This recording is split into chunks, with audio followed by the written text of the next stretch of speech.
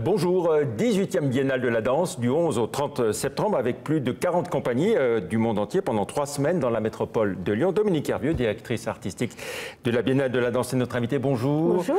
Toutes les danses vont être à l'honneur du 11 au 30 septembre, tous les genres, toutes les formes, solo, duo, effectif important, des cours de danse sur les places, des spectacles en plein air.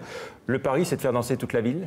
Oui, d'abord de voir des œuvres aussi, au moins les deux, voir des œuvres parce qu'on a une émotion et puis il y a du sens qui sort des œuvres, bien sûr, des œuvres de création contemporaine, et puis de participer. La danse, c'est aussi un art de vivre et on apprend beaucoup de choses en dansant soi-même. Alors 42 spectacles au total, dont 27 créations. C'est une fierté toute particulière d'avoir 27 créations? Oui, bien sûr, parce qu'une biennale internationale, un festival de ce niveau-là, le marqueur, c'est les créations en effet, et que les créations naissent ici à Lyon, c'est quand même une fierté pour nous tous, hein, pas que pour moi. Et en effet, c'est le marqueur d'un niveau d'excellence en termes d'événements culturels. Voilà, alors tout ça avec un budget adapté aux exigences financières qui vous sont imposées, et plus de dépenses pour la sécurité, entre autres. Ouais. Là aussi, il faut faire plus et mieux avec moins. Voilà, toujours, mais je crois qu'on est très nombreux à faire ça hein, en ce moment.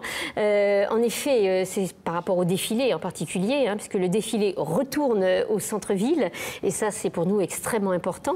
Et le défilé de la Biennale, il sera sécurisé de façon exceptionnelle. En tout cas, par rapport à 2014, c'est vraiment renforcé. La métropole de Lyon a augmenté son budget de 100 000 € pour la sécurisation, et c'est nécessaire. Et grâce à ça, ce grand événement revient dans la ville, et c'est ce dont on peut se réjouir. Voilà, c'est la meilleure nouvelle, ça. Ouais, c'est le retour du défilé dans les rues, des terreaux à Bellecour, ouais. Le parcours historique. Défilé pour la paix cette année, un message de fraternité, de paix. Oui, je pense que c'était important. D'abord parce qu'il y a ce marqueur-là. On était au stade de Gerland il y a 2 ans. On revient dans une société qu'on espère en paix.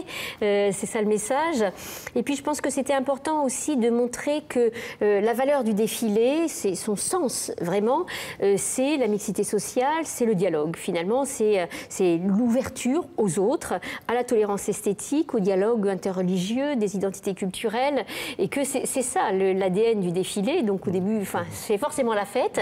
On ne va pas du tout alourdir la fête, on restera dans la fête, mais ce sens-là sera vraiment mis en avant. Alors on a une année en 8, hein, 18e biennale, on l'a dit, ouais. Chiffre en 8 en référence à beaucoup d'événements qui se sont déroulés dans des années en 8. Ouais. C'est ce thème de la paix et de la fraternité qui veut aussi qu'il y ait toutes ces relations voilà, alors les 50 ans de la mort de Martin Luther King, par exemple, évidemment l'armistice, hein, 1918, donc un centenaire de paix. Et ce qui est important, c'est de dire que la paix, elle n'est pas acquise. Voilà, et surtout aux jeunes, puisqu'il y a beaucoup de jeunes dans le défilé, il y a un public nombreux, populaire, et de faire comprendre que cette notion de paix, elle se construit sans arrêt, elle s'élabore, c'est une utopie qu'il faut qu'on rende réelle, et qu'une société en paix, aujourd'hui, c'est un vrai enjeu. Et puis, bien sûr, des groupes qui défilent, qui viennent de toute la région, hein, ouais. Grande région, Savoie, Haute-Savoie, Trièves, Matésine, le Budget Sud, Saint-Étienne. Ouais.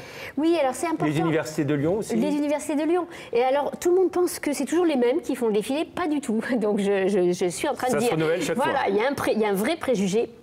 Entre 60% et 70% de renouvellement à chaque édition. Ça veut dire d'abord que le défilé fait toujours envie à d'autres personnes, et ça c'est important, et puis qu'on renouvelle aussi cette dimension d'inclusion. C'est ça qui est important, et pour moi c'est aussi important que ce qui se passe dans les salles. C'est-à-dire que l'art dans l'espace public aujourd'hui, c'est un espace politique par rapport à tout ce qu'on vient de dire, et que l'idée de cette inclusion des plus fragiles, des plus défavorisés, qui ont accès à la culture par la pratique amateur, et puis grâce à ça aussi, ils vont vers les œuvres, bien sûr, parce que ça, c'est tout le travail qu'on fait d'éducation artistique.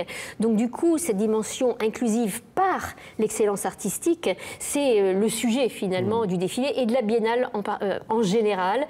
Et pour moi, ce qui est important, c'est ne jamais renoncer à la dimension d'excellence internationale et des chercheurs en danse, on pourrait dire, des grands auteurs, et ne jamais renoncer aussi à l'accès aux œuvres, à la dimension populaire. Et c'est en faisant les deux que cet événement est très original. Et au total, ça fait entre 4 500 et 5 000 danseurs, 5 000 participants, plus des chars, et une préparation qui s'échelonne sur de nombreux mois. Hein. Oui, quasiment sur une année. sur une année quand on cumule toutes ces préparations. Et puis il y a une chose aussi qui est importante, c'est que le défilé, avant de venir à Lyon, il va dans chacune des villes, au budget, toutes les villes que vous citiez tout à l'heure. Et donc du coup, il y a 300 000 personnes à Lyon, mais il y a 150 000 participants. Je suis un peu obsédée par les euros avec ces questions de sécurité. 150 000 participants qui sont dans les villes. Et donc du coup, à la fin, on arrive presque à un demi-million de personnes qui ont assisté au défilé. Donc si on peut dire que c'est un événement populaire, vraiment c'est un événement populaire. Voilà. Et puis il y a un lien avec les Journées du patrimoine aussi pour ce défilé.